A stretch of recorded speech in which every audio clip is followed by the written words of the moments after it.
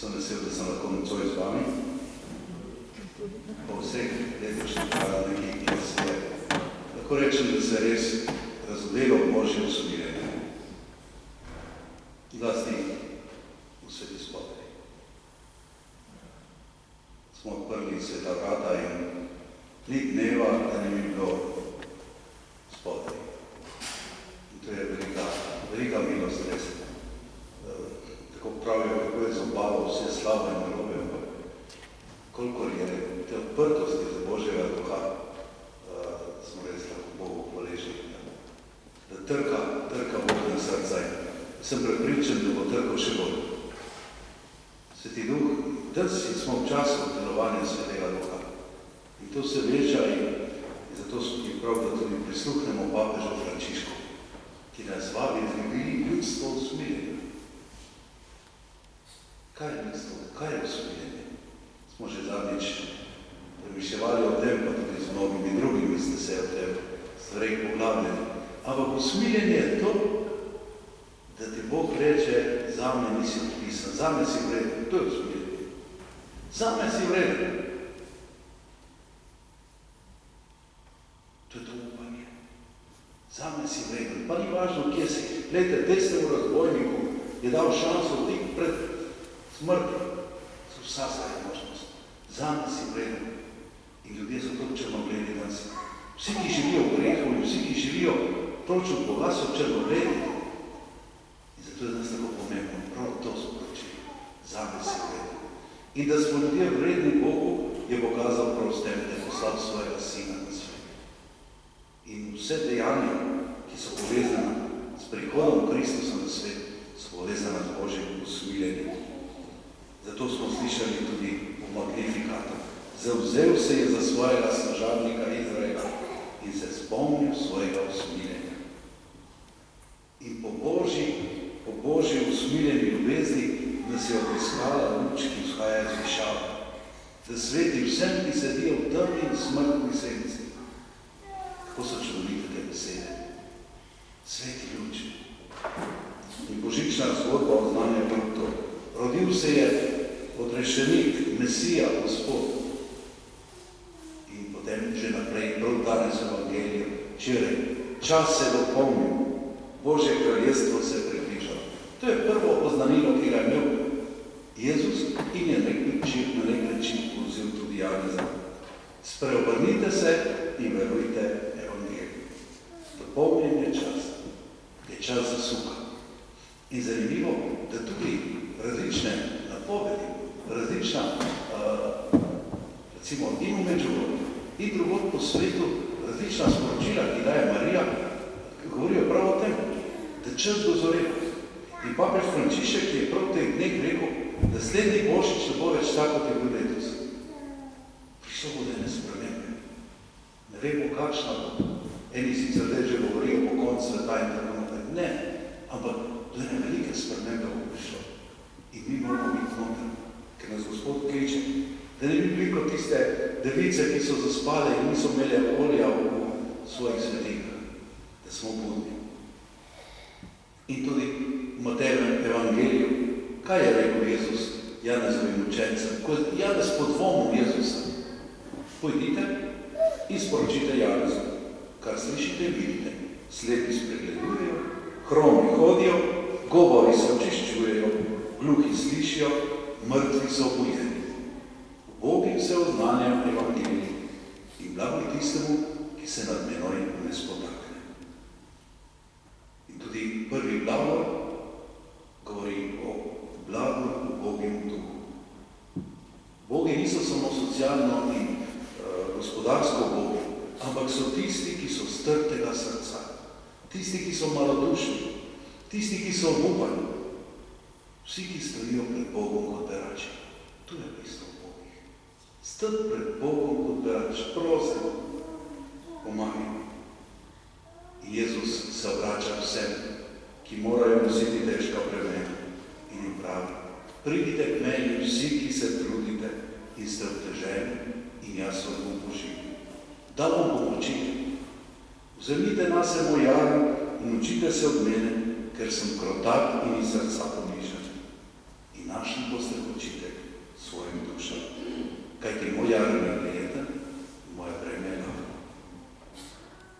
Jezus usmiljenja ni samo znanjal, ampak ga je tudi sam živel.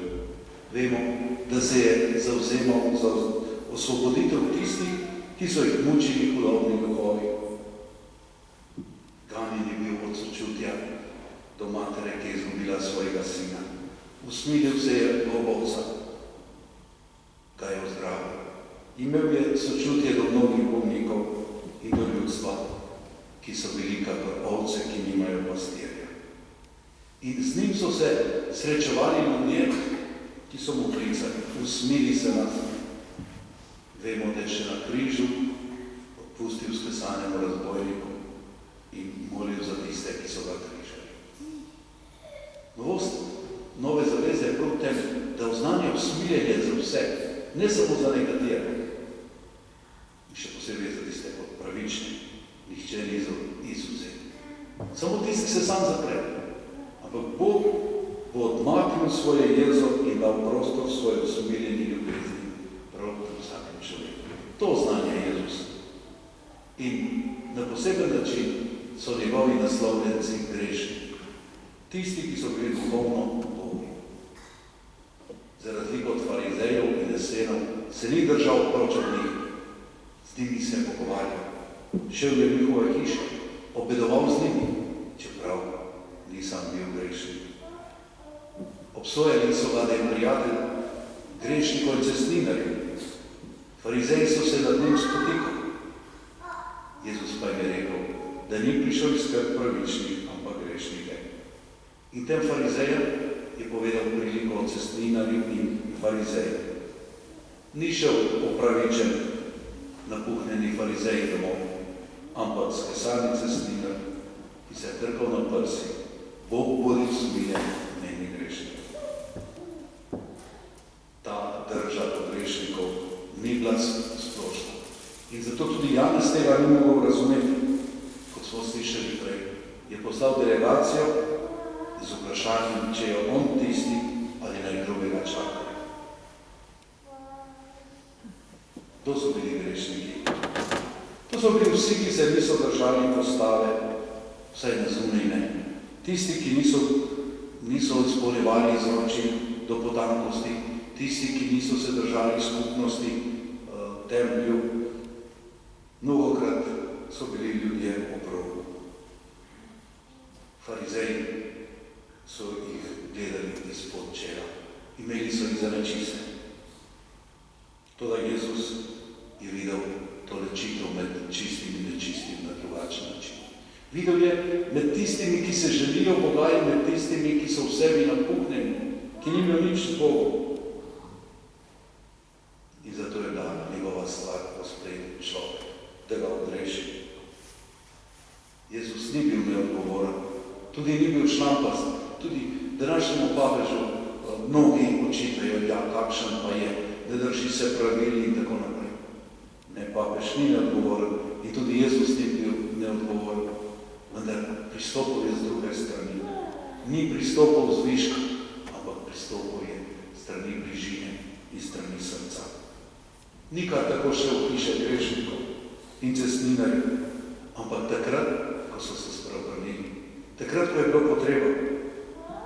Jezus ni zanikal greha, ni ga opravičeval, ampak ga je ozdravil.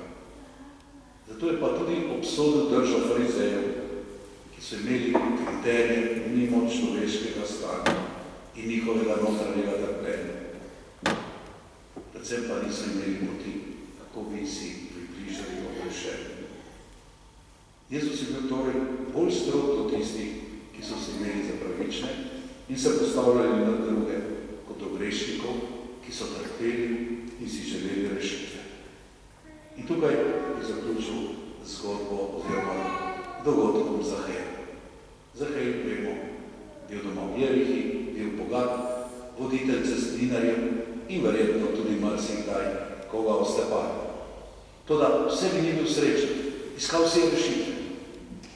Slišal je o Jezusu. Zbežal pred množico, splezal na sikomor in gledal, kako bo šel Jezus mimo. In to meni bilo nobene druge stvari, kot to, da Jezus šel mimo in ga je pogledal. Pogledal ga je do njegovih grobi in mu rekel, Zahej, stopi dol. In Zahej je stopil dol. In Jezus je šel v njegovo hišo, pustil vse ostale in se posvetil temu človeku.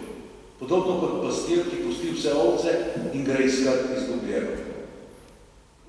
Tu se vidi Jezusovo sočutje. Kako čuti ljudi, ki trpijo, ljudi, ki si želijo izhoda. Kako zanj ni nihče odpisal, nihče manj vreden, nihče zavržen.